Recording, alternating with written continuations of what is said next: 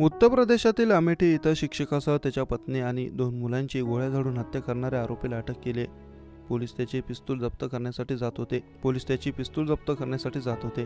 तेव्हा आरोपीने बदलापूर प्रकरणातील आरोपी अक्षय शिंदेसारखा त्यानेही पिस्तूल हिसकावण्याचा प्रयत्न केला. पिस्तूल हिसकावून जात असताना पोलिसांनी त्याच्यावर गोळी झाडली. आरोपी चंदन वर्माच्या पायाला गोळी लागली असून तो जखमी झाला आहे. त्याला रुग्णालयात दाखल केला आहे. याबाबत मिळालेली माहिती अशी की चौकशी वेळी आरोपी गुन्ह्यात वापरलेलं पिस्तूल जप्त करण्यासाठी त्याला पोलीस नेत होते. यावेळी मोहनगंज पोलीस ठाण्याच्या हद्दीत आरोपी चंदन कुमार याने पोलिसांचे पिस्तूल हिसकावून गोळीबाराचा प्रयत्न केला. पोलीस अधिकारी मदन कुमार यांची पिस्तूल हिसकावून गोळीबार करण्याच्या तयारीत तो होता. पोलिसांनी दिलेल्या माहितीनुसार चंदनकडून हत्याकांड प्रकरणातील पिस्तूल जप्त करण्यासाठी पोलीस पहाटे 4 वाजता गेले होते. यावेळी त्याने पिस्तूल हिसकावून गोळीबार केला. प्रत्युत्तरादाखल पोलिसांनी केलेल्या गोळीबारात चंदन कुमारला गोळी लागली.